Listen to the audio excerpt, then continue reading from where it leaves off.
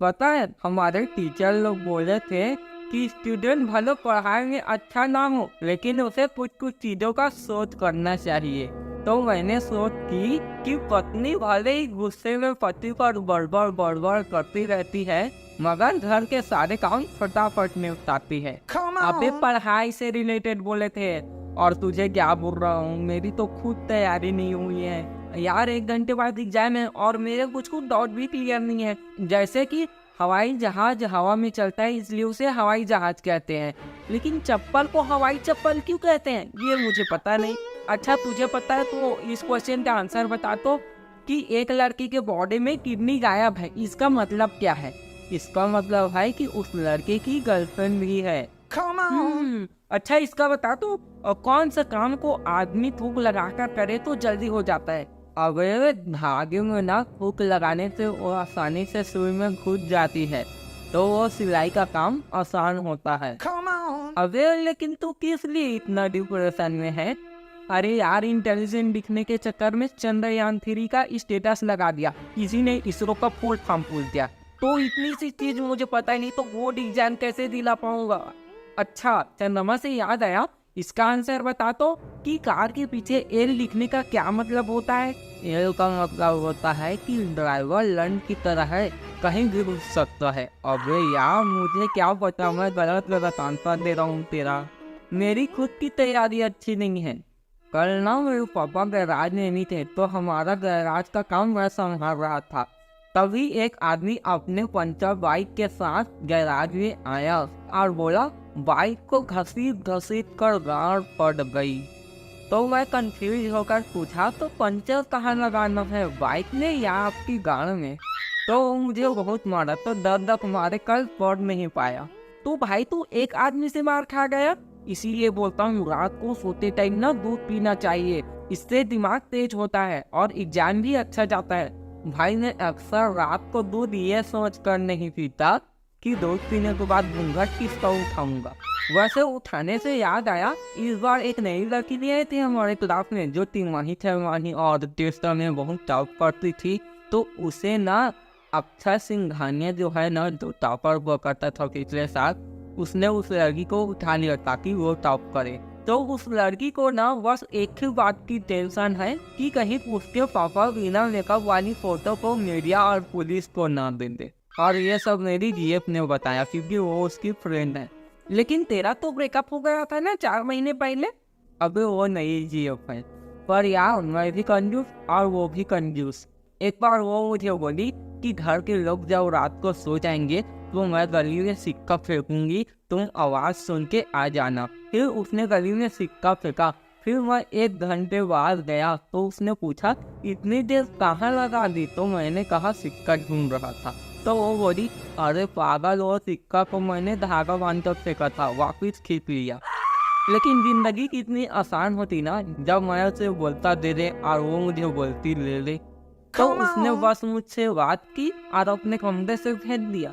तो भाई लड़कियां 2 तरह की होती हैं, पहली वो जिनके मुंह में हल्का सा मेकअप होता है, दूसरी जिनके मेकअप में हल्का सा मुंह होता है।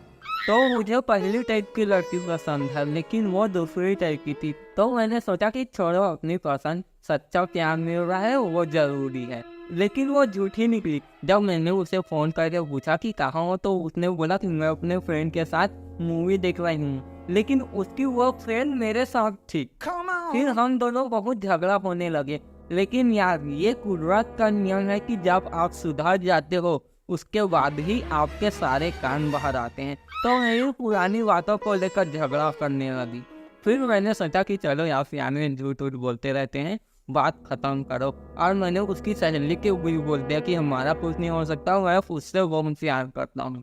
फिर मेरी जेब से बहुत अच्छे से बात करने लगा, उसे आई लव यू बोलने लगा, वो भी मुझे आई लव यू टू बोलने लगी। लेकिन यार उसके आई लव यू टू में टू ना TWO वाला था। और फिर मैंने एक दिन उसे किसी और लड़के के साथ देखा, तब उसके आई लव यू टू का मतलब समझ आया। तो मैं उसके पास तुरंत गया और उसे जाके बोला तुम जो आए जिंदगी में गाड़ मर गई। तो ना वो गाना और शायरी की बहुत शौकीन थी। तो मैं उससे बोला तुझे देखकर मैं जाता हूँ फिलहाल, तब भोसड़ी के फुर्सत से निकल और उससे ब्रेकअप कर लिया। मैं पहले ही उसके पास नहीं जाना चाहता था। आता और वो सुंदर ही नहीं थी, पर क्या करे, काली चूड़ी परी लगती है जब लंड खराब होता है। उस लड़की के ब्रेकअप के बाद मुझे समझ आया कि छुट्टियों होते हैं वो लोग जो टूट का इंतजार करते हैं, असली मर्द तो होते हैं जो अपने हाथों का इस्तेमाल करते हैं।